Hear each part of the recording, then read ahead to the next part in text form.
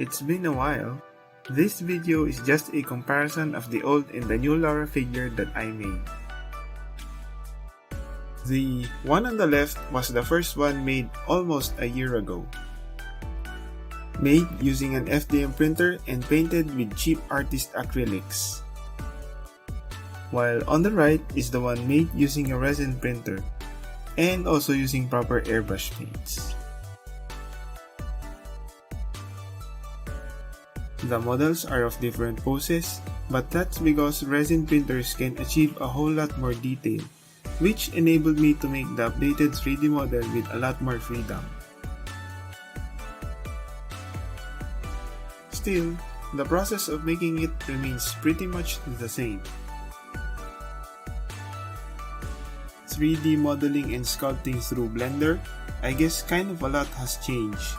I have added finer details onto the hair, and I have altered the flow of the clothes and changed it to a much more natural pose.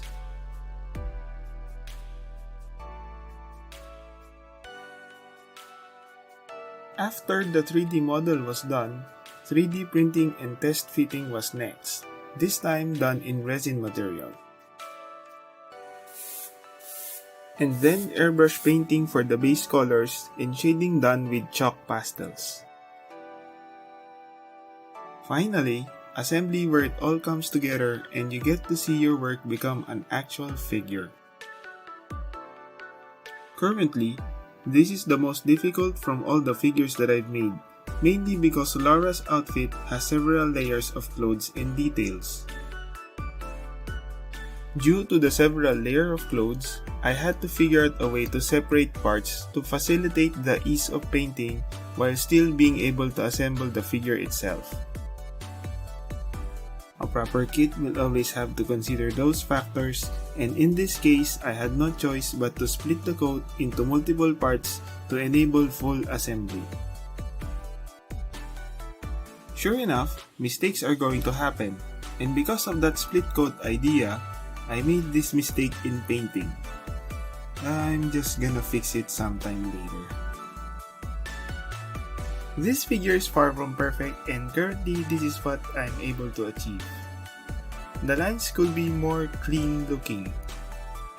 That's on me though for chipping out on the masking tape I used and had to retouch some spots.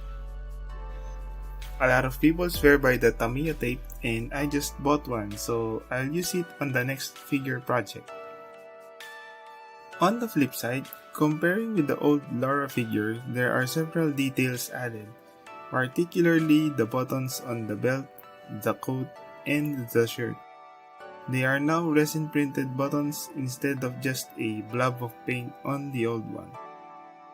The yellow scarf or necktie, I have modeled in more folds and creases, as well as the boots based on the reference drawing of Laura. Some shading on the green details on the coat, I've emphasized it a bit more through the use of chalk pastel shading. The sword has been made a little bit more pointy at the end, as someone had pointed out. But the sword remains as an FDM print. It's too long, it doesn't fit in the resin printer. Long flat prints are better anyways on FDM printers, cause resin tends to warp after printing. The hair has a lot sharper details added as well, and I've changed the design of the hair tie.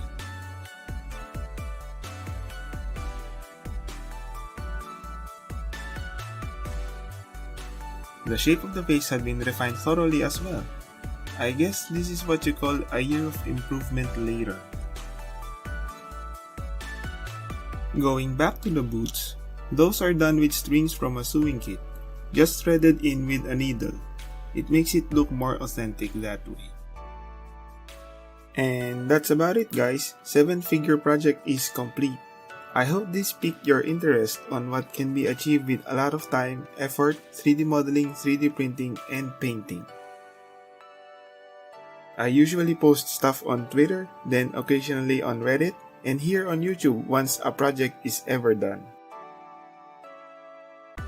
Thanks for stopping by. Any questions about the build? I'm willing to answer during my free time. I'll see you on the next project, guys.